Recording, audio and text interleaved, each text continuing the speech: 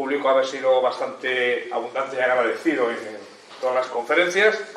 Las conferencias han sido muy interesantes y esperamos que el año que viene pues repetimos la jugada y que veros aquí a todos igual que este año.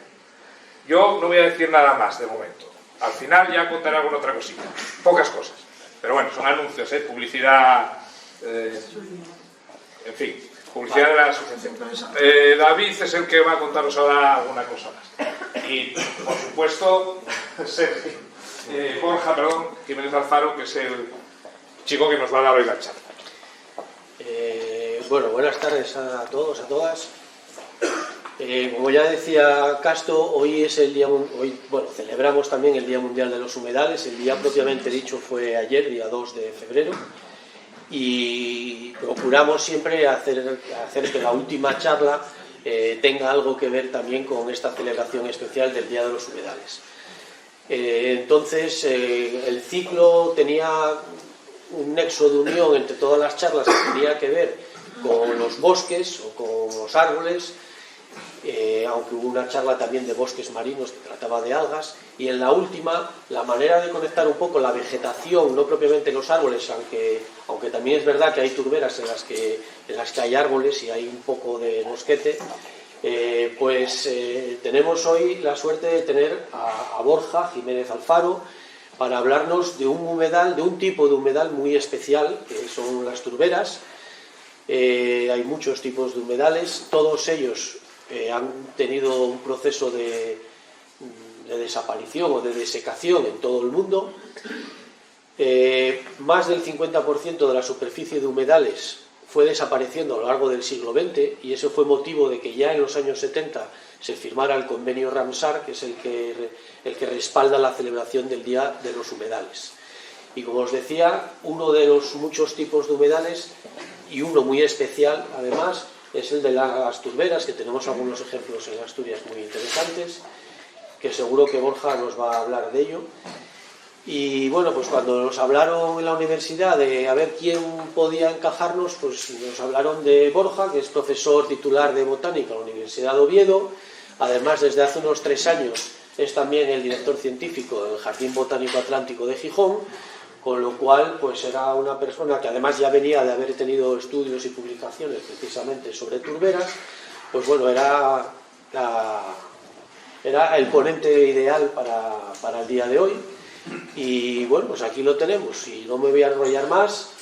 Dejo a Borja que nos hable de esas funciones vitales de la biodiversidad y de la importancia de este tipo de humedal tan interesante. Y sin más, Borja. Bueno, y voy a meter la cuña, los calendarios siguen a la venta todavía, aunque no lo tengan. Sin más, os dejo con Borja, que es el importante para hoy. Bueno, pues se me oye bien, ¿no? Buenas tardes a todos y a todas, y muchas gracias por venir. Vamos a hablar hoy de turberas, como ha dicho. Normalmente suelo estar de pie, voy a hacer una excepción porque creo que es la mejor manera de poder tener un poco visión, que estemos más cómodos todos.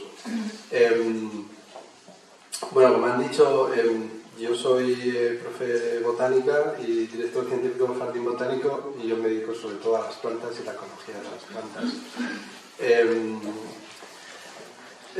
Me gusta mucho hablar de este tema aquí porque, como he dicho, desde el Jardín Botánico Atlántico desde hace muchos años hemos trabajado en turberas en diferentes ambientes y aspectos: conservación, investigación básica aplicada siempre sobre este mundo de las turberas, que la verdad es bastante desconocido, y espero que hoy todos podáis un poco entender lo que son las turberas y la importancia que tienen.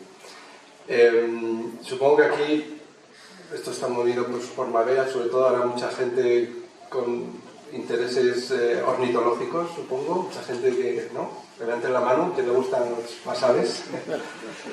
Montañeros o montañeras hay aquí, gente que camina de campo. Bueno, pues espero que reconozcáis varias de las cosas que vamos a ver aquí. Gente interesada en la botánica, quizás, o no, mucho. Mirad, pues estamos hoy en casa. Bueno, pues vamos a empezar. Como han dicho, a ver si esto no. Estamos celebrando el 2 de febrero, que fue ayer, el Día Mundial de los Humedales. Es un una celebración mundial porque quieres poner en valor uno de los aspectos de biodiversidad más importantes que tenemos en el planeta y que son los humedales. Lo primero que quería empezar es con una descripción de lo que es humedal, que es una definición muy sencilla que tengo aquí: un área terrestre saturada o inundada de agua de forma permanente o periódica. Lo que es importante es que sea terrestre.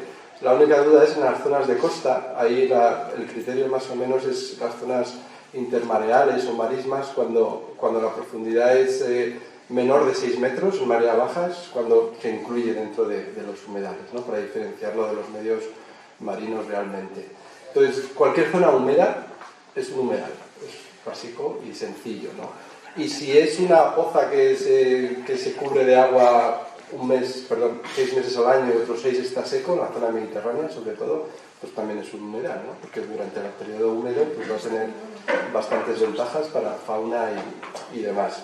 Como han comentado también, existe una convención internacional que se llama Ramsar. No voy a hablar mucho sobre ella, simplemente anotar que hay convenios internacionales que ponen en valor los humedales en general por su gran importancia para la biodiversidad.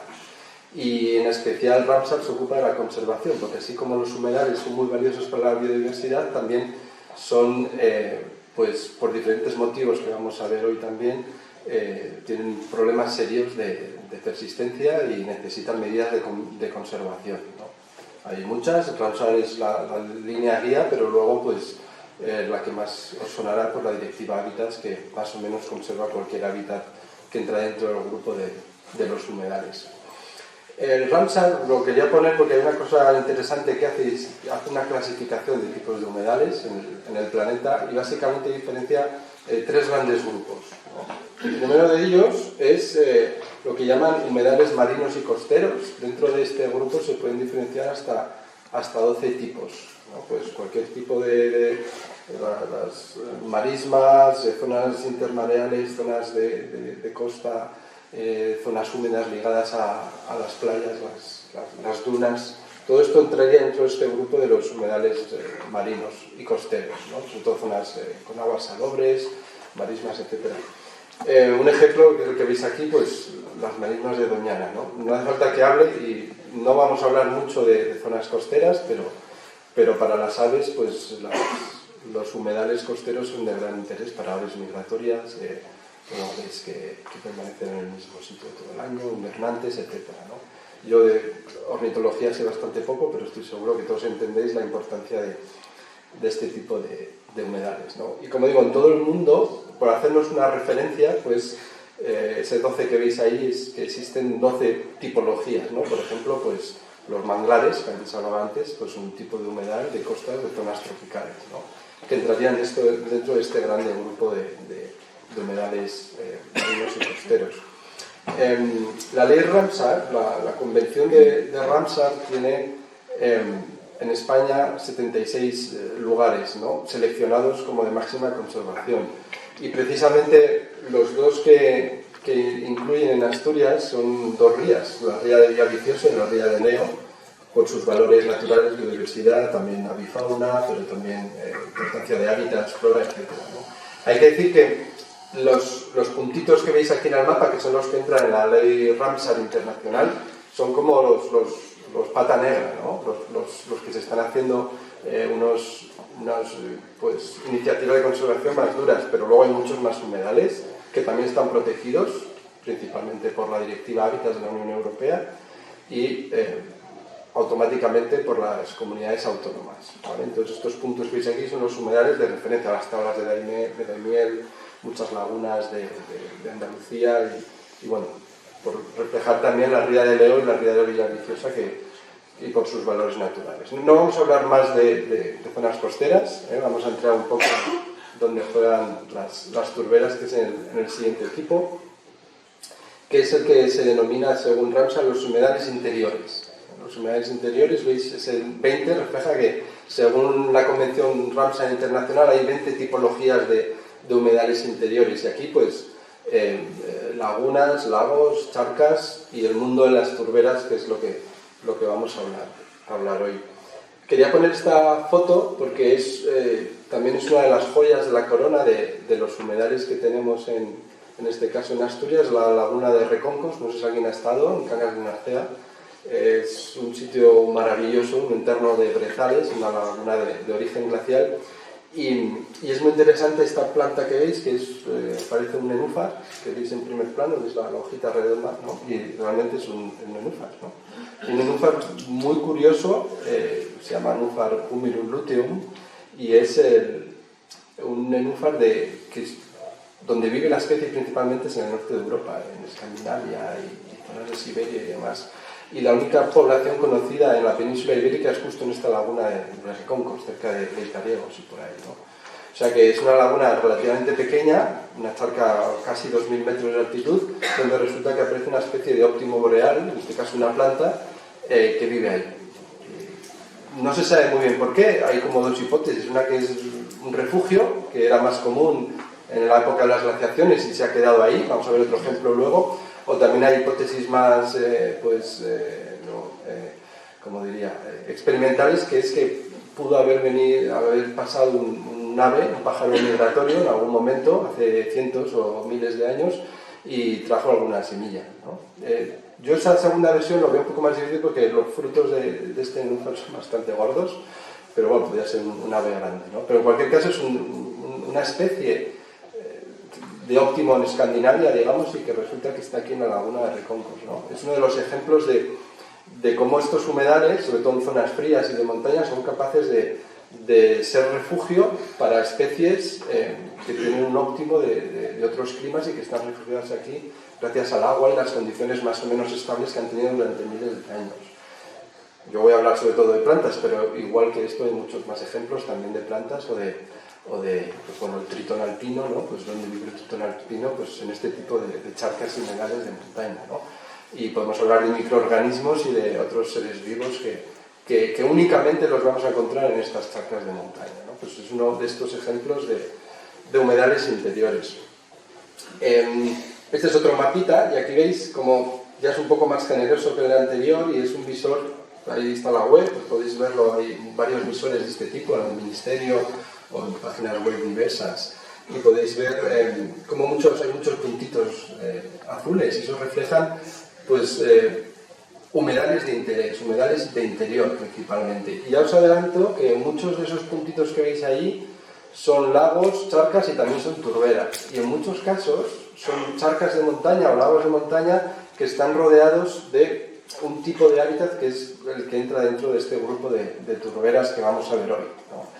¿Qué necesita el agua? En algunos casos es agua que se acumula en una cubeta por la lluvia, y en otros casos son fuentes de montaña, vamos a ver luego cómo funcionan, que son las que convierten que exista agua ahí. En algunos casos incluso en zonas de caliza como Picos de Europa o las Subiñas, que tenemos unos humedales que se forman gracias a las fuentes y las corrientes, los cursos de agua cársticos que van por dentro de la montaña y en algún momento afloran, ¿no? Vamos a ver algún ejemplo después. Pero antes hablábamos de los tipos de humedales costeros, los segundos son los humedales interiores, como estos, y luego hay otro tercer grupo que no lo vamos a tocar más, pero que sepáis que existen y también son importantes, y aquí entran los humedales artificiales, y estamos hablando de una clasificada a nivel planetaria. Por ejemplo, esto es un ejemplo, los arrozales de zonas tropicales o no tan tropicales o mediterráneas. Son sistemas artificiales que se han formado para cultivar arroz, pero que a la vez dan cobijo a muchas especies silvestres, aves y también invertebrados y plantas, ¿no? Y los embalses artificiales también son humedales y se consideran humedales artificiales, ¿no? Habría que ver según la profundidad y demás, pero obviamente a quien le gusta más el embalse o menos, pero una vez que está hecho hay que tener en cuenta que es una reserva de agua y eso puede ser importante para muchos seres vivos, ¿no? Y luego también depende de qué embalse. De hecho, hay varios embalses más o menos en cauces de aguas seminaturales en la península ibérica que también forman parte del listado de Ramsar, ¿no? Esos humedales pata negra. Pero bueno, vamos a lo que nos ocupa, y es las turberas. Este mapa que veis aquí es un mapa global de los humedales. Básicamente, las zonas que veis en gris o sin color son las zonas que se llaman zonas secas, no hay humedal. Pero todas esas zonas que veis coloreadas, en colores marrones, verdes, granates, azules, etc., representan más o menos la distribución de los humedales en todo el planeta. Y os podéis dar cuenta que, bueno, no leéis la leyenda, pero la leyenda simplemente diferencia los tipos de humedales, ¿no? Pues, interiores, costeros, ríos, y hay un grupo, no sé si verá, un grupo central, ahí, que son unos colores más marrones, oscuros, que son prácticamente los que están todos al norte, que representan las turberas, como 4 o 5 tipos de turbera. O sea, eso significa que así visto al mapa, y ya os lo digo yo que es así, las turberas son los humedales con mayor extensión en el planeta. Más que cualquier otro humedal, las turberas son las que más extensión ocupan. No sé si alguien lo sabía, pero así a bote pronto es algo bastante... que ya digo, corresponden sobre todo, aquí tengo el siguiente mapa, este ya es solo únicamente de turberas, ¿no? Lo que en inglés se llama peatland, que es como zonas, áreas de turba. Pues este mapa que veis aquí, todos estos colores reflejan las turberas. O sea, con creces es el tipo de humedal con mayor distribución y mayor extensión en todo el planeta. ¿Qué sucede? Que principalmente están en las zonas del hemisferio norte, las zonas boreales, árticas, norte de Canadá, norte de Siberia, Escandinavia. Si han estado en Finlandia, por ejemplo, pues es todo un mundo de turberas, todo zonas húmedas donde es difícil caminar, ¿no? Y lo mismo en el norte de Siberia o en el norte de Canadá. O sea que ya de pronto las turberas, ahora vamos a definirlas, las turberas ocupan muchísima extensión en el planeta y siempre lo han ocupado, incluso en periodos más o menos fríos, pues ahora estamos en un periodo caliente y va más, pues se refugian un poco en la zona norte, ¿no? No se ve ahí en el mapa, pero también el mapa dibuja unos polígonos pequeñitos en los Pirineos y en la cordillera cantábrica. Una de las cosas curiosas que vamos a hablar también hoy es que en el norte de España, la zona cantábrica, somos el límite sur de las turberas del hemisferio norte, ¿no? De Europa. Están sobre todo en el norte de Europa, pero también en las montañas, los Alpes, en los Pirineos y en la cordillera cantábrica, ¿no? ¿Qué es lo que implica que esta extensión de turberas? Pues un número que me gustaría que os quedarais hoy, y es este, que es el 30%. Eso refleja el 30% del carbono acumulado en el suelo del planeta. El 30% se acumula en las turberas, por su gran extensión y por sus características, que son zonas de acumulación de materia orgánica, de turba, ¿no? La turba, cuando vamos a comprar turba para la jardinería, normalmente viene del norte de Europa o está mezclada con tierra y se ha extraído de estas turberas, porque son materia orgánica, es muy buena para fertilizar, ¿no? Pero el 30%, todos sabéis que hay un interés y una preocupación sobre los sumideros de carbono. Pues el principal sumidero de carbono en el suelo del planeta son las turberas. Digo en el suelo, incluido a los árboles. La acumulación de carbono en el suelo de todos los bosques, el Amazonas, los bosques tropicales, la taiga siberiana, es el 15% del suelo, del carbono acumulado en el suelo, está en los bosques. Quiere decir que las turberas acumulan el doble de carbono que todos los bosques del planeta. O sea que eso, claro, tiene su lado negativo si se destruyen las turberas, o peor, si desaparecen por el calentamiento global, todo ese carbono se va a evaporar y va a volver a la atmósfera. Pero en estos momentos las turberas llevan haciendo millones de años un trabajo de acumulación de carbono, ¿no? Y bueno, hay más datos, como que si se liberara un 10% del carbono que tienen las turberas, un 10% sería análogo a todo el carbono que hemos emitido en el área industrial. O sea, hay que pensar todo el carbono que acumulan estos medios y la importancia que tienen para la conservación.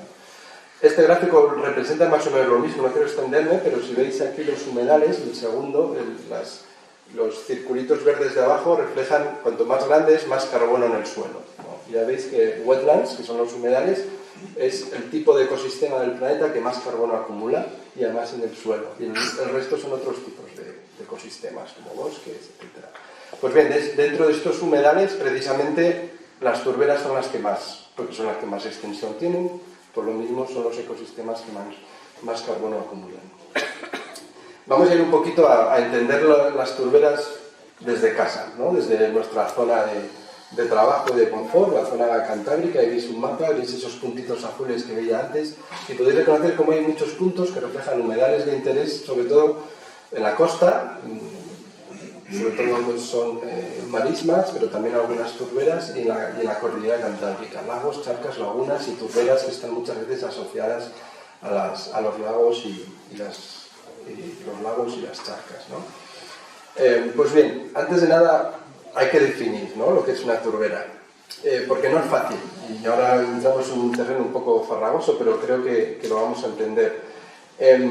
Me gusta poner este ejemplo, que es la definición del libro del Diccionario de Botánica de Pío Fontquer, que da en el clavo, él tiene unos años, el que haya estudiado biología se acordará de él, es un libro que todavía se encuentra en las librerías. Bueno, es un diccionario de botánica, y cuando viene la entrada turbera, dice: este nombre se aplica a dos tipos de vegetación muy diferentes que solo coinciden en el carácter encharcado del medio y consiguiente adaptación de sus plantas. O sea, Pío Fontquer decía que cuando hablamos de turberas, en realidad hablamos de dos cosas, que es lo que os voy a mostrar ahora, ¿no? Y esas dos cosas son las que llamamos básicamente turbera y tremedal. Turbera es el nombre más común que usamos, pero tremedal es un nombre un poquito menos conocido, hay gente que lo conoce, gente que no, depende de dónde sea, ¿no? Si vamos al diccionario de la RAC de la Academia Española, pues turbera es donde se acumula turba, que es básicamente carbón fósil. La turba es carbón fósil, que poco peso, pardo oscuro, etc. Y el tremedal es algo parecido, es un terreno pantanoso, fanganoso, un terreno húmedo, es lo que se llama tremedal. Pues bien, estos dos tipos que ya decía Fontquer, ahora vais a entender lo que son. Hay que reconocerlos porque son bastante diferentes en su concepción como turbera. Y de hecho tengo que decir que el segundo, tremedal, es el más común, no solo aquí en la cordillera cantábrica, sino que esa acumulación de carbono que hablaba que tienen las turberas en el planeta, el 80% es de estos tremedales. Son zonas turbosas, pero no son las turberas estrictas como las que podemos ver en Finlandia o en Estonia, por ejemplo, ¿no? Pero para acabar las definiciones podemos ir a la definición más clásica en asturiano. Seguro que todos os suena llamizo, llamargal, chamizo, chamargal. ¿Os suena algo? ¿Habéis oído? Esto es un llamargo, un chamargo, ¿verdad? Cualquiera de estos nombres, que son toponimias, nombres populares en Asturias, se refieren a los tremedales fundamentalmente, zonas húmedas. Tremedal viene de tremere, que en latín significa temblar, porque cuando uno camina tiembla un poco el suelo, ¿no? Pues si alguien conoce eso, es un llamargo, un llamargal. Es curioso porque la raíz llama es del asturleonés y significa zona húmeda o pantanosa. De hecho, aquí se usa mucho llamargal, pero en el norte de León hay pueblos que se llaman Llamas de la Ribera, por ejemplo, y un apellido Llama es común en la costa asturiana, en el norte de León y en muchos otros sitios, ¿no? Pues Llama significa húmedo, y Llamargal, Chamargar y todas las variaciones que hay, Llamargo tal, significa tremedal. Luego, claro, hay combinaciones raras. Por ejemplo, esto es un mapa del IGN de la zona entre Somiedo y Bavia, en la cordillera cantábrica, y la mitad de los topónimos que veis en ese mapa son variaciones de tremeo. Pone Tremeu, Tremedal, Valle de Tremedal, Tremeu. Tremeu es una especie de, posiblemente en esa zona, que es el asturleonés más occidental, tipo Pachuezo y demás, en esa zona se mezcló y era el Tremeu de Tremedal, no tanto Llamarga, pero todo este conjunto de nombres que tenemos, tanto del castellano, del asturiano, sus variaciones, todos hacen referencia a este tipo de turberas que en realidad no deberíamos llamarlo turberas, sino que deberíamos llamarlo tremedales. Y ahora os voy a explicar un poco los dos grandes tipos en que consisten. El primero que hablaba era la turbera. La turbera, estrictamente, la principal característica que tiene es que su aporte de agua es solo de lluvia. Por eso veis ahí ese gráfico con esa cosa naranja. Es una turbera auténtica, como las de Finlandia o Estonia. Solo se forma, la humedad que entra en la turbera viene principalmente de agua atmosférica, de lluvia. No necesita que haya un río, un arroyo, una fuente. Esa es la turbera auténtica, y es pues un ejemplo. Y esta turbera, el nombre técnico es ombrotrófico, porque trófico es alimentarse, hombro humedad, se alimenta de humedad atmosférica. Es muy rara aquí, pero si hay algún sitio donde lo hay en España, o en la península, es en alguna de los Pirineos, y una de las más representativas es la de la Sierra del Sistral, si alguien la conoce, en Galicia. Hay una sierra oceánica, se llama la Sierra del Sistral, y ahí hay turberas realmente de este tipo, ombrotróficas, que solo se alimentan de agua de lluvia. O sea, hay tantísima humedad en el ambiente que el suelo se levanta, crece, lo que se llaman turberas abombadas, y forman esta estructura. Hay alguna otra que puede entrar, la turbera de las dueñas, vamos a verla luego, entraría un poco ahí, pero ahí hay transiciones entre esta turbera auténtica y la siguiente. La siguiente es la que decía tremedal. Bueno, no lo he dicho, si veis en inglés, ahí pongo los dos términos, el concepto de turbera auténtica en inglés se llama bog, es un nombre germánico, bog, ¿vale? Eso es turbera, y tremedal en inglés se denomina fen, es el nombre, que es un nombre también germánico, que significa pues como nuestro llamarlo, básicamente, tiene el mismo significado, ¿no? Y la diferencia de estos tremedales, que es lo que realmente son los llamargos, llamargales, etcétera, es que el agua siempre necesita que haya un agua que venga del suelo. Puede ser un arroyo pequeño, o puede ser la capa freática que está baja, puede ser una surgencia de suelo, pero siempre necesita ese aporte de agua de abajo. Y aunque parezca mentira, los dos medios se parecen, pero también son muy diferentes en muchas cosas, ¿no? Por eso hay que diferenciar los dos.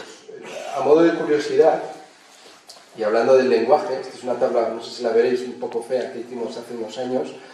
Es curioso como estos dos tipos de turbera, en otras lenguas, tienen dos acepciones. En inglés es bog y fen. Pero, por ejemplo, en catalán diferencian las dos perfectamente. ¿Por qué? Porque no digo que unas sean muy comunes, pero bueno, son capaces de diferenciar las dos. Entonces, los bogs en catalán se llaman torbieres y en el tremedal molleres, que es además muy parecido bastante parecido a los términos en francés, ¿vale? Esto significa que en inglés, no lo he puesto ahí, pero en alemán, en danés, por ejemplo, no digamos en las lenguas nórdicas, en catalán y en francés usan un nombre para cada uno. Pero en español deberíamos usar tremedal, o llamargal si alguien quiere, que también sirve en asturiano, pero no se usa. Todos decimos turberas y nos quedamos tan panchos, pero en realidad hay bastantes diferencias, ¿no? O sea que si hay que elegir un nombre aquí, cuando vais a la montaña y veáis una zona húmeda, por ejemplo el Liordes, ¿alguien conoce la vega de Liordes? ¿No? De caminar. Cuando vayáis a Liordes, el Liordes es un gran tremedal o un gran llamargal, como queréis llamarlo, ¿no? De hecho, esto de aquí es una web que os invito a que visitéis. Es un proyecto live que hubo hace unos años en el que participó también el equipo del Jardín Botánico Atlántico de Gijón, y se llamó así Live Tremedal, que era un poco, se vio que era una palabra que, aunque también tienen otra palabra en euskera, por ejemplo, tremedal todavía residualmente se usa, como los topónimos que hemos visto, desde Galicia hasta el País Vasco. Es una palabra bastante castellana del norte, ¿no? De las montañas.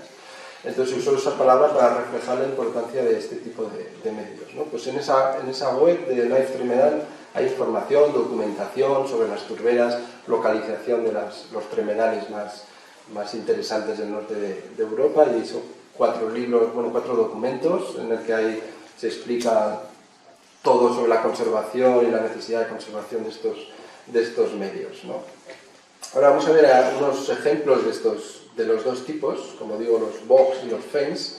Este es un poco su distribución en Europa. Ambos tipos de humedal, los turberas y los tremedales o llamargos, unos en rojo, otros en azul, veis que están distribuidos por toda Europa. De hecho, muchas veces en el mismo ecosistema, en el mismo sitio, podemos ver los dos entrelazados, ¿no? Un poco aislada, y donde además eso implica que somos más sensibles, estos medios, porque nos está llegando el cambio climático por el sur, pero también tenemos un valor ecológico o de biodiversidad especial, con algunos endemismos incluso. Si vamos a las turberas, los bogs, lo que mejor las caracteriza son un musgo que a lo mejor os suena, que son los esfagnos. Los musgos esfagnos, que van con este rango de colores que veis, son los que dominan las turberas. También están algunos tipos de tremedal, pero sobre todo son las que dominan y forman unos cúmulos. De hecho son sistemas que crecen, hay tanta humedad y hay tanta agua que se hinchan los esfagnos y pueden aumentar 10 veces su volumen cuando tienen agua. Entonces se hinchan y hay muchísimas especies muy difíciles de reconocer, de distinguir unas de otras, pero son las que forman. Las que forman luego la turba, principalmente cuando compramos turba de nuevo para la jardinería, principalmente son los restos en descomposición de los esfagnos y otros musgos, ¿no? Bueno, tienen una propiedad que es en las hojas, que son capaces, tienen como unas células que acumulan agua y así si en un periodo más seco tiran del agua que han acumulado en las células. Por eso pueden crecer y disminuir tanto los esfagnos. Una turbera que entraría dentro de este grupo, entre el tremedal y la turba, puede crear discusión, posiblemente sea un poco de las dos, es la turbera Las Dueñas, ¿no? que os sonará y que es una de las joyas de la corona de estos humedales en Asturias, ¿no? Sabéis que está aquí detrás de Cudillero. Esta es una imagen de la turbera de Las Dueñas. Básicamente lo que se ve es un color rojizo, porque está sobre todo lleno de musgos de este tipo, esfagnos, más algunas otras especies, y veis ahí una planta algodonosa. Pues si os fijáis, lo vamos a ver luego repetidamente, ¿no? Se llama junco lanudo, pero no es un junco, ahora lo vamos a ver, pero es algo muy típico. Cuando vayáis por ahí y veáis ese tipo de planta, sí o sí vais a estar en un tremedal. Es un indicador perfecto, vamos a ver luego más fotos porque esta es mala. Y una cosa curiosa es que la turbera de Las Dueñas está lleno de árboles de pinus pinaster, que tengo que decir que tenemos motivos para pensar que son naturales, a pesar de que se haya plantado mucho pino pinaster. En Las Dueñas puede ser uno de los sitios donde se han refugiado ejemplares de pino pinaster autóctonos, de los que había antes de las repoblaciones, pero eso es otra historia. Una de las joyas que podemos encontrar en Las Dueñas es que es un carex, una ciperácea. Las ciperáceas, que tienen este aspecto, son las que dominan junto con los esfagnos, los tremedales y las turberas. Son especies, tipos de plantas que están muy bien adaptadas a estos medios y a otros, y son las que normalmente dominan. Esta en concreto se llama Carex duriei y es una joya porque es una planta endémica de las turberas y tremedales del noroeste de la península ibérica. Una cosa que tienen las turberas y los tremedales es que la flora es muy homogénea. Las mismas especies podemos encontrar generalmente aquí, que en Escandinavia, que en Centro Europa, que en Siberia. No las mismas, pero muchas son las mismas. En cambio, esto es una de las pocas especies que es endémica de estos medios y además de la península. Y es muy raro que esto pase. Posiblemente sea porque turberas ha habido aquí en el noroeste de la península. Durante las glaciaciones siempre han persistido las turberas. Y eso ha hecho que algunas especies como esta pues, se hayan formado especies nuevas, ¿no? Eso quiere decir que tenemos pocas turberas, pero las que tenemos son muy valiosas porque son testigos de ecosistemas que han estado aquí, sin exagerar, millones de años.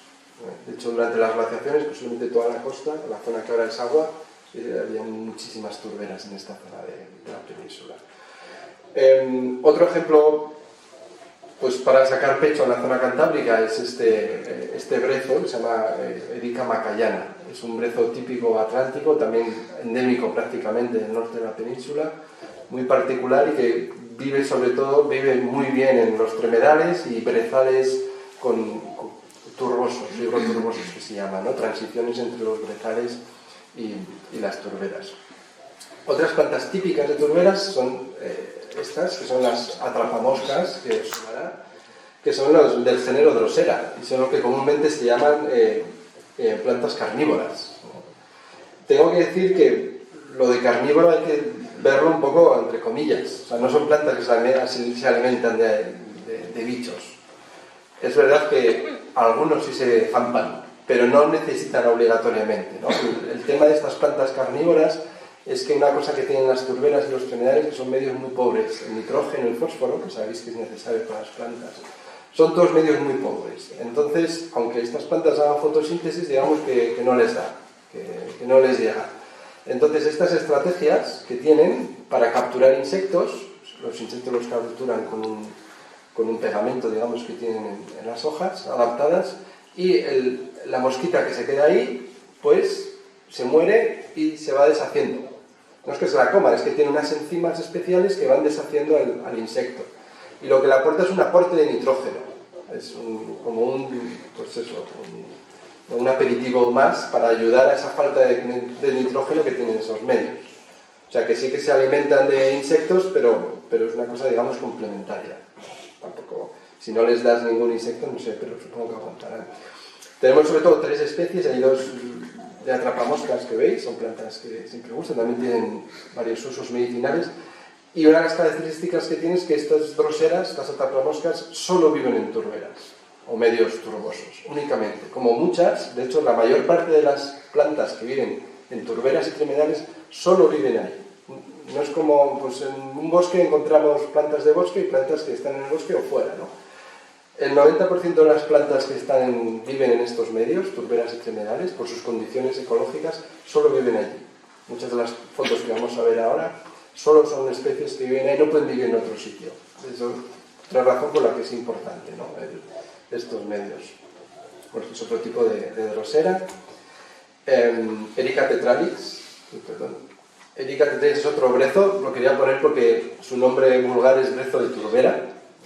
Vive sobre todo en turberas y medios húmedos en toda la península. Pues también, las turberas son muy ricas en plantas que se adaptan a medios sin nutrientes. Las ericáceas y los brezos se les da muy bien eso.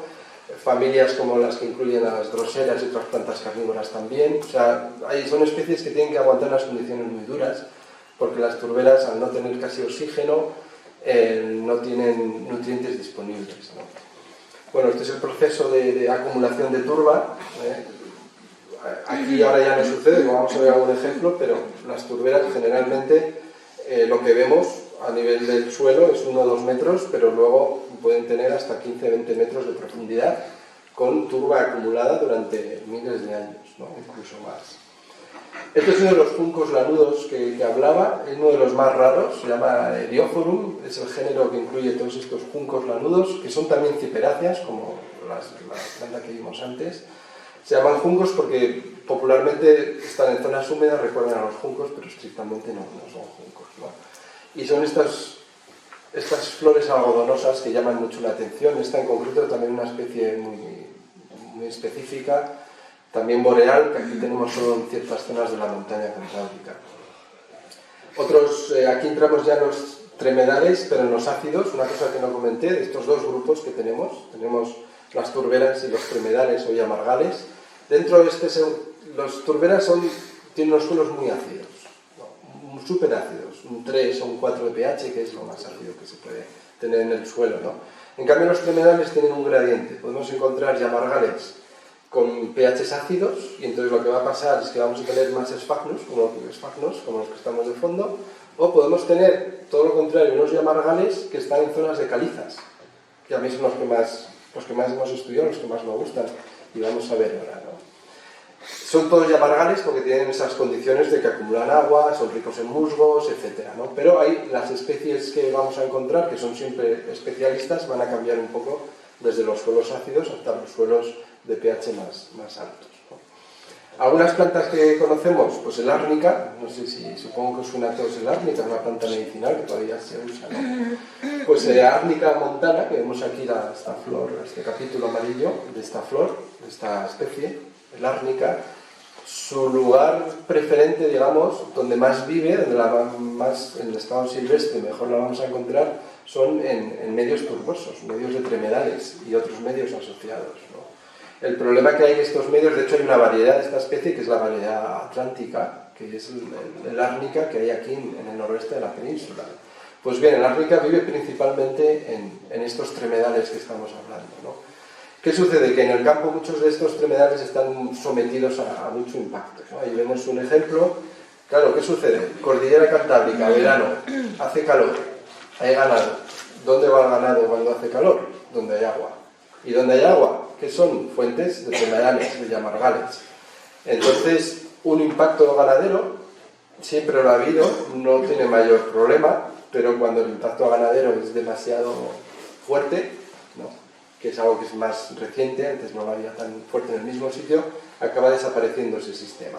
Y por ende acaban desapareciendo también especies típicas, como por ejemplo el árnica que vemos ahí, ¿no? O el junco lanudo, otro más. En este caso tenemos uno típico de las yamargales ácidos, que es este, Eriophorum angustifolium, y luego vamos a ver otro muy parecido, pero que vive en los que tiene pH alto, ¿no?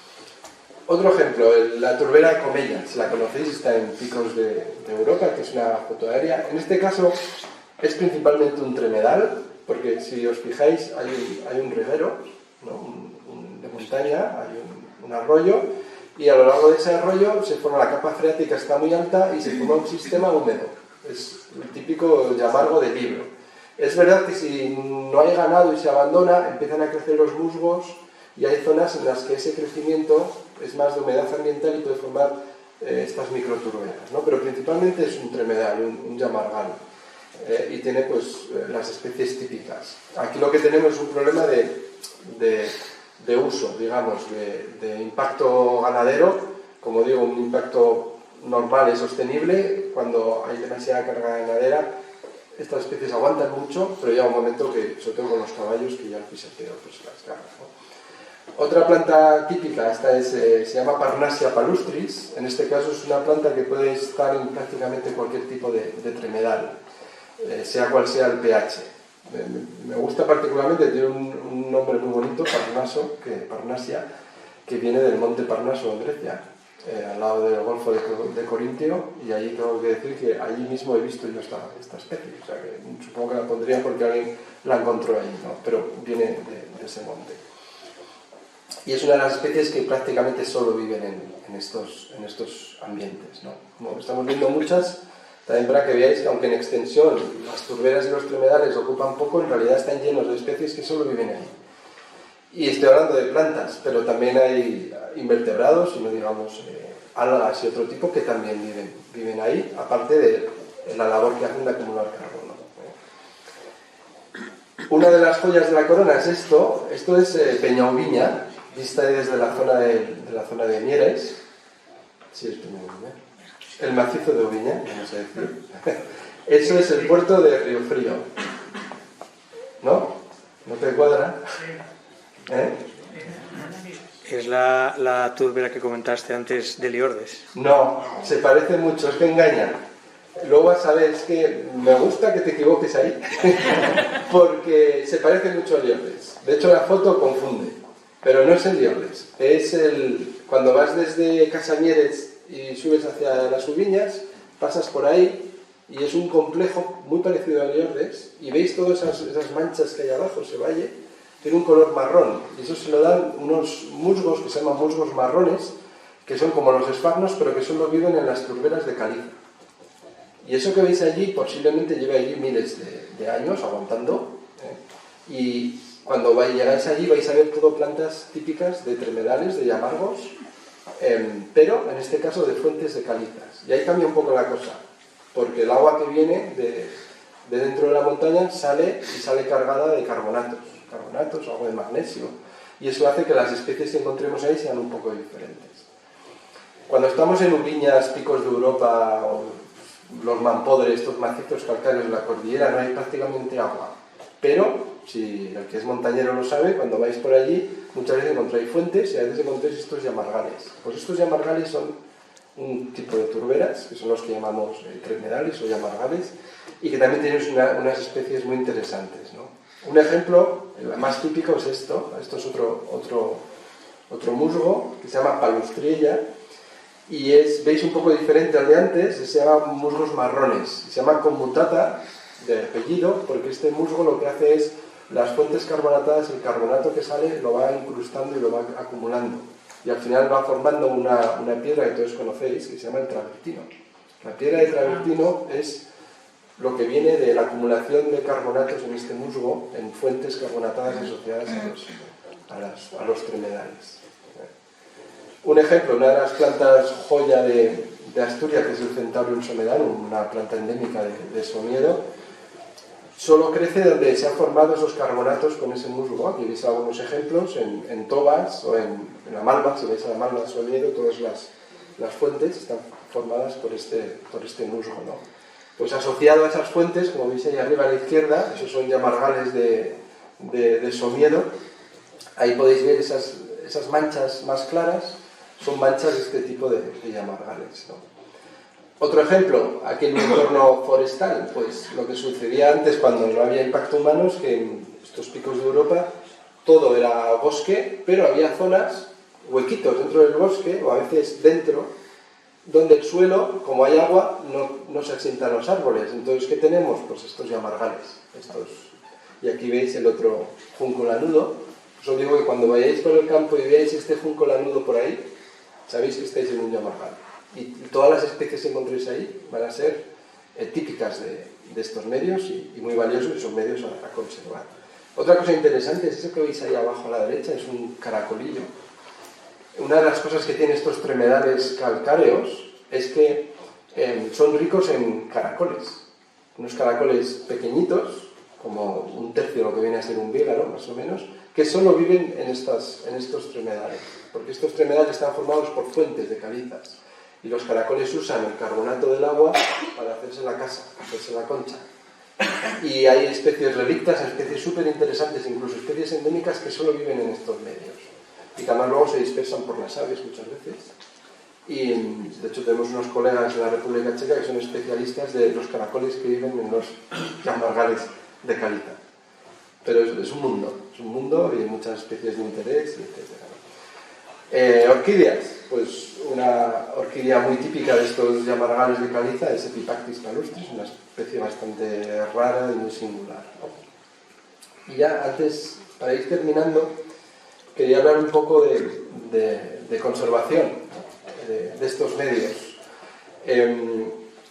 Esto que veis aquí es el documento del... Todos habéis oído hablar del... ¿cómo se llama? El intergubernamental del cambio climático, el panel intergubernamental del cambio climático, ¿no? Pues hay otro panel que hace la misma función desde hace 3 años, que es IPBES, se llama, es el panel intergubernamental de los ecosistemas y la biodiversidad.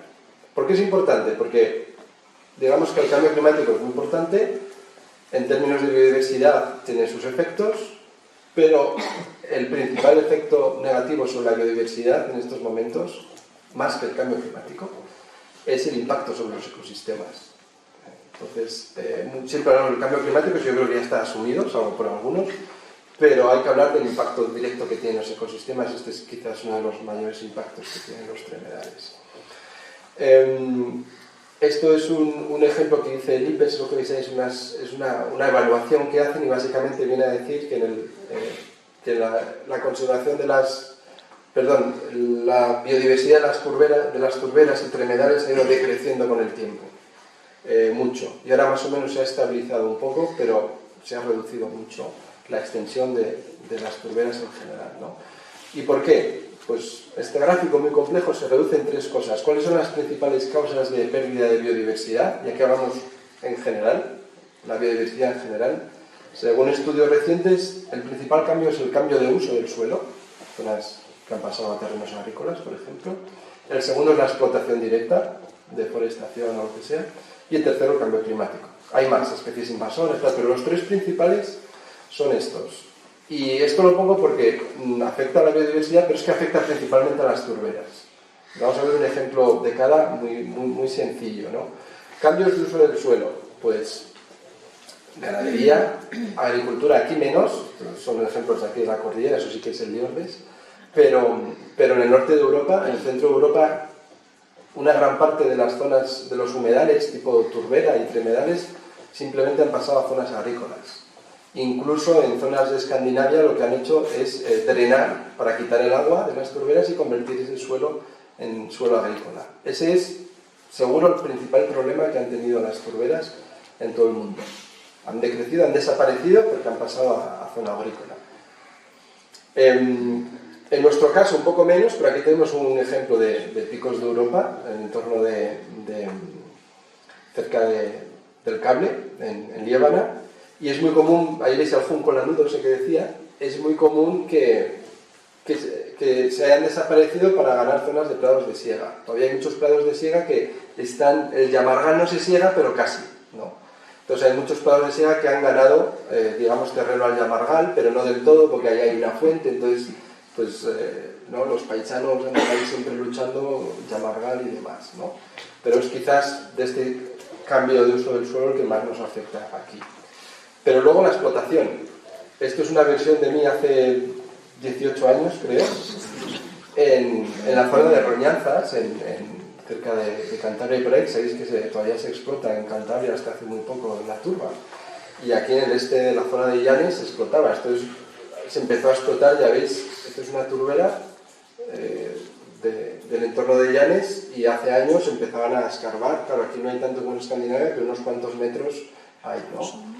Y se paró. En algún momento, por suerte se paró, porque son pues, ecosistemas valiosos, y es que aquí ocupan... Hombre, yo entiendo que en Escandinavia, que es el 80%, tienen planes y lo hacen bien, explotan y luego restauran. Y bueno, hay cierta sostenibilidad.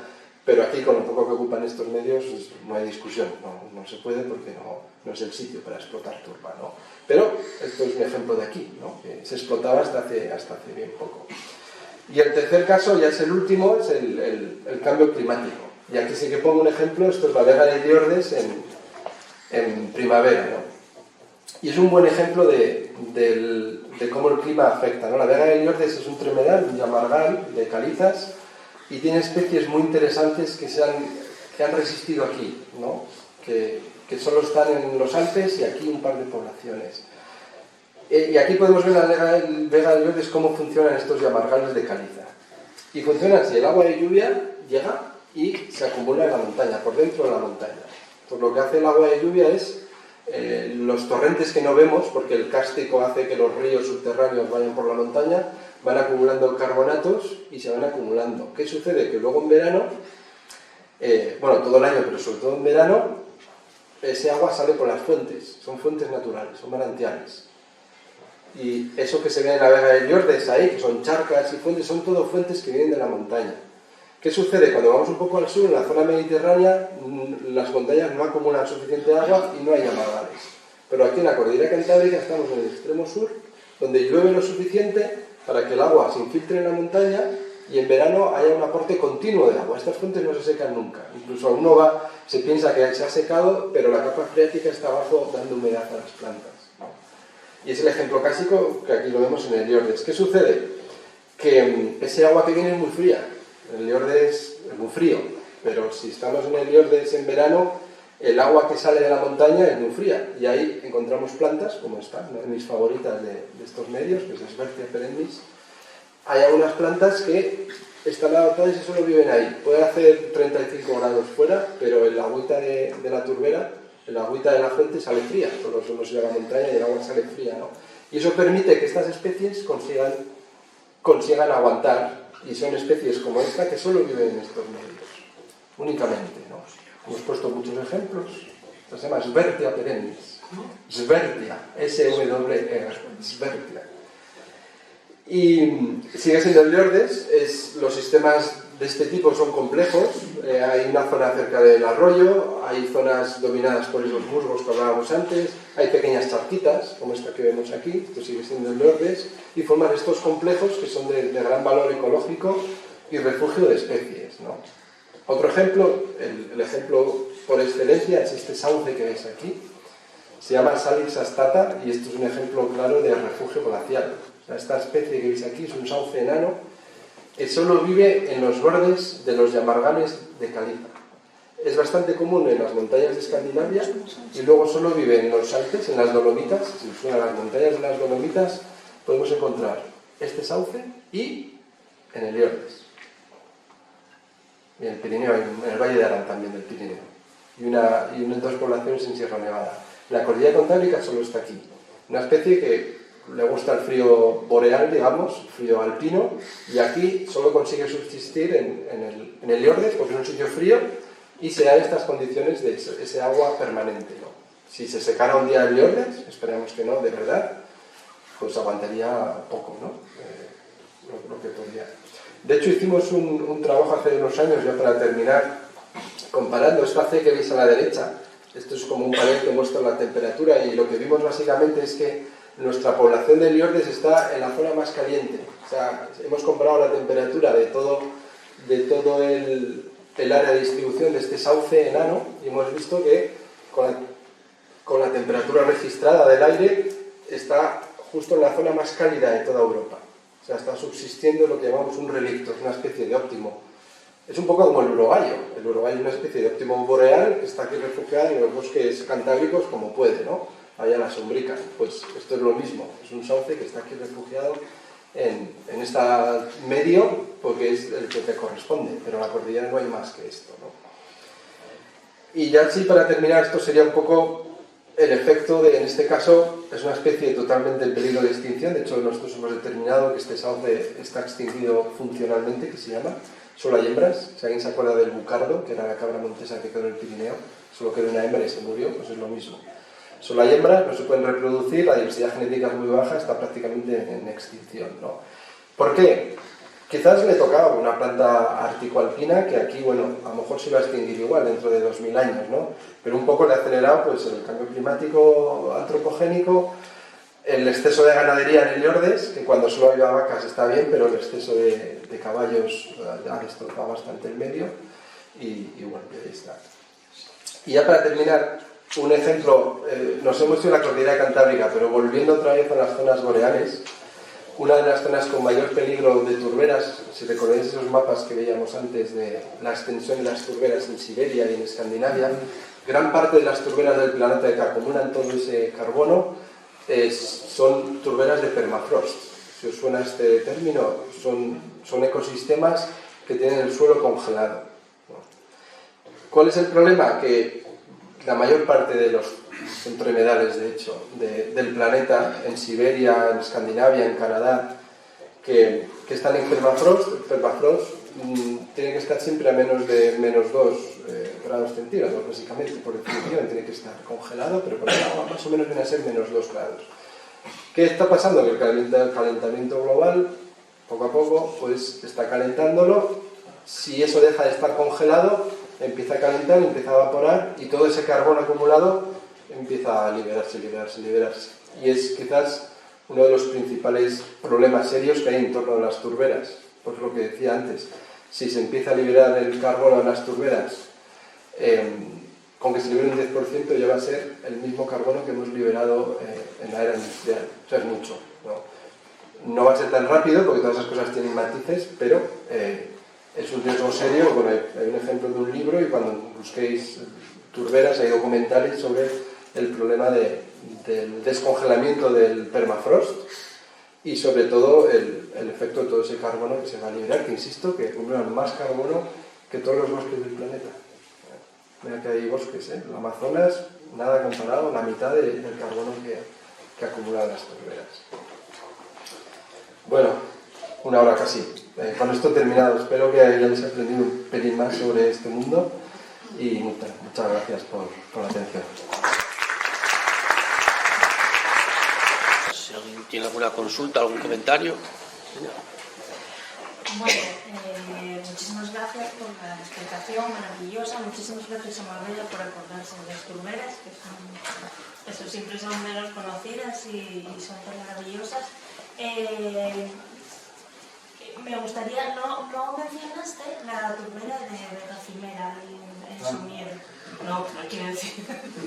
Pero es una de las que yo conocía más y las últimas veces que la visité sí que me pareció que estaba como, bueno, yo la visité, te hablo de haberla visitado en el 90 y pico y de últimamente. ¿Y sí que tiene mucho retroceso, mucha desecación o es más el problema de, porque la noté mucho más reducida, como la vi, entonces está más afectada por el ganado o por la desecación? Pues tengo que decir que he estado muchas veces, pero hace mucho que no voy, a varios años. Recientemente, quizás en los últimos 6 años, no he ido a la Gacimera. Pero, bueno, habría que verlo. Es que en esas zonas, sobre todo cerca del puerto de Sommier y demás, está sucediendo la intensificación ganadera, que está por todos los lados. Supongo que vaya por ahí. Es verdad que tiene mucho aguante estas turberas, sobre todo ahí arriba, y hay veces que se ven un poco peor y demás, pero tiene que ser más por ahí, porque esas montañas, a pesar de todo, siguen acumulando agua y no creo que sea un problema de desecación, solo que hayan hecho porque otro problema que hay allí es extracciones de agua. Como que hace menos agua, tiran tubos y eso puede ser. Sí. Pero tiene que ir tolerando, pero hace mucho que no voy. Espero que no sea nada grave. Otra pequeña indicación, si puede ser, a ver, esto es un poco pensando en tu papel como director del botánico a la hora de hacer estos estudios, en mi caso soy profe de secundaria, y a la hora de pensar en la divulgación de este tipo de estudios que hacéis, creo que se piensa en divulgarlos a tenor de público general, quizás público visitante o tal, y me gustaría que se viese más estas cosas que ibas mencionando, ¿no? De los trabajos que hicisteis, que no nos llegan a nosotros como formación de formadores, no como que no vamos a hablar de turberas probablemente, pero quiero decir que, no sé, parece como que se quedan las publicaciones científicas y no traspasa a otro tipo de publicaciones un poco intermedias entre lo que es la divulgación básica y un poco la divulgación de medio nivel, ¿sabes lo que te digo? Sí, a ver, es un déficit que tenemos que generar. Lo intentamos y bueno, a través del jardín botánico sí que hay muchas acciones de divulgación, alguna vez algo, pero sí, hay que hacer más. Lo apunto. Gracias. ¿Qué razones os ha llevado a pensar que los pinos de Dueñas son originales? ¿Y dónde está la población más cercana de autóctono que la hecho plantar? Has picado el anzuelo. Sí, bueno, a ver, se sabe que el pino pinaster es autóctono en todo el norte, al menos desde Gijón al occidente, por restos fósiles hipolínicos. Hace 1000, 2000, 3000, 4000 años, 5000 ya existía. Posiblemente era muy raro y estaba en algunos sitios concretos, ¿no? Y luego hay referencias también polínicas, históricas, por ejemplo, las Dueñas, precisamente, ahí se ha extraído, ya no polen, sino fósil, de hace 3000 años. O sea, antes de que llegaran, no llegaban los romanos siquiera, ¿no? Se sabe que ahí había pinos pinaster. Entonces, en las Dueñas en concreto, eso es el principal. Ahora, que los pinos que hay ahora sean autóctonos o provengan de repoblaciones, eso nunca se está seguro al 100%, pero es muy posible que en toda la costa de Asturias, tanto en las Dueñas como en otros sitios, muchos de los pinos que vemos por ahí arraigados cerca de la costa sean autóctonos resto del pasado, ¿no? Independientemente de todas las plantaciones que ha habido, sobre todo con pino del centro de España. Por ahora se sabe que es autóctono, ahora que el pino que tú ves ahí provenga del autóctono o no, eso solo con análisis genéticos se sabrá, pero yo tiendo a pensar que precisamente en las Dueñas es muy probable porque es un sitio que nunca se ha podido hacer nada agrícolamente. O sea, el impacto de ahí y para que un pino crezca tanto en una turbera, crecen como 10 veces menos que un pino normal, ¿no? en un sitio normal, porque es todavía más pobre. Entonces, es posible, no puedo decir aquí que 100%, pero es posible.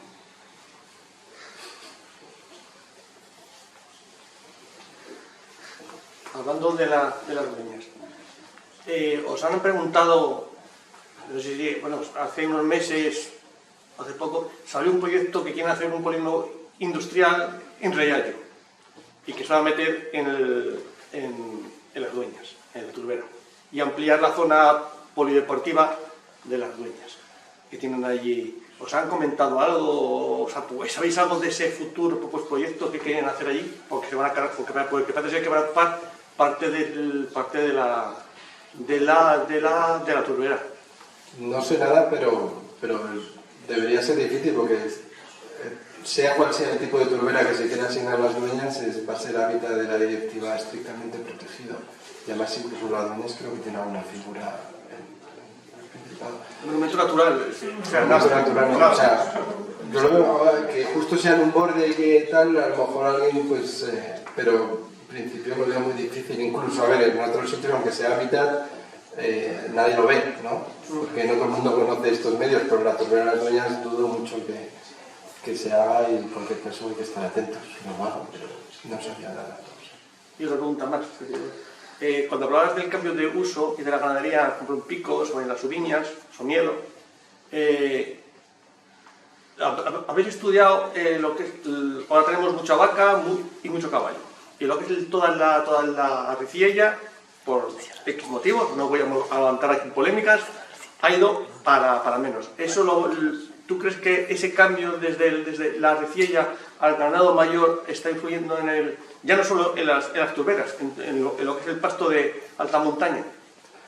Yo creo que sí. Más. No tenemos estudios concretos, pero lo que observamos, no solo yo, sino en muchos ámbitos, sobre todo de biología, creemos que sí, porque es un cambio muy radical de acumulación de mucho más ganado del que nunca hubo en ciertos sitios. Sí es verdad que en contrapartida hay otras zonas que se han abandonado y entonces ha pasado de todo, de nada. El Liorde es un ejemplo típico, nunca subieron tanto ganado como llevan subiendo en los últimos 10-15 años.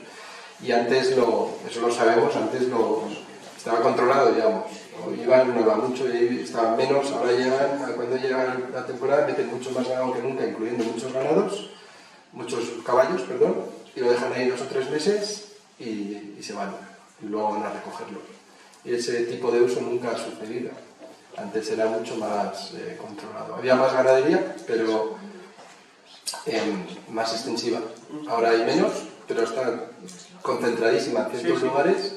Y bueno, en algunos lugares pues a lo mejor no pasa nada, ¿no? Pero hay otros que son muy valiosos. Por ejemplo, ¿cómo se llama? El puerto de...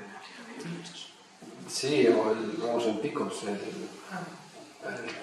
que va el de Asturias. Áliva, los puertos de Áliva es otro ejemplo. Es una barbaridad y está lleno de yabargales. Y están ahí subsistiendo, claro, tanto pisoteo, tanto extracción de agua y demás. Aguantan bien porque...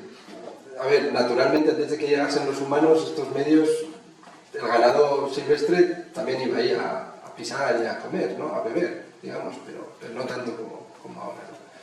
Entonces eso es un peligro y yo creo que en un parque nacional y en sitios protegidos eso debería controlarse un poco más. Sí. Es que lo veo porque el Parque Nacional de las Islas de Guadarrama, que tiene una zona por las chamuergas, eso está, bueno, mira, a mí no me toques, que no te voy a meter un dedo cerca que te vienes del boleto. Y anfibios, no hemos hablado, pero son refugios imprescindibles para anfibios. De hecho, vemos unos colegas en el Centro de Biodiversidad de Mieres que nos encontramos yendo al mismo sitio, estudian anfibios y nosotros plantas. Y claro, estamos en la misma charca, porque es que ahí es donde están estos sitios.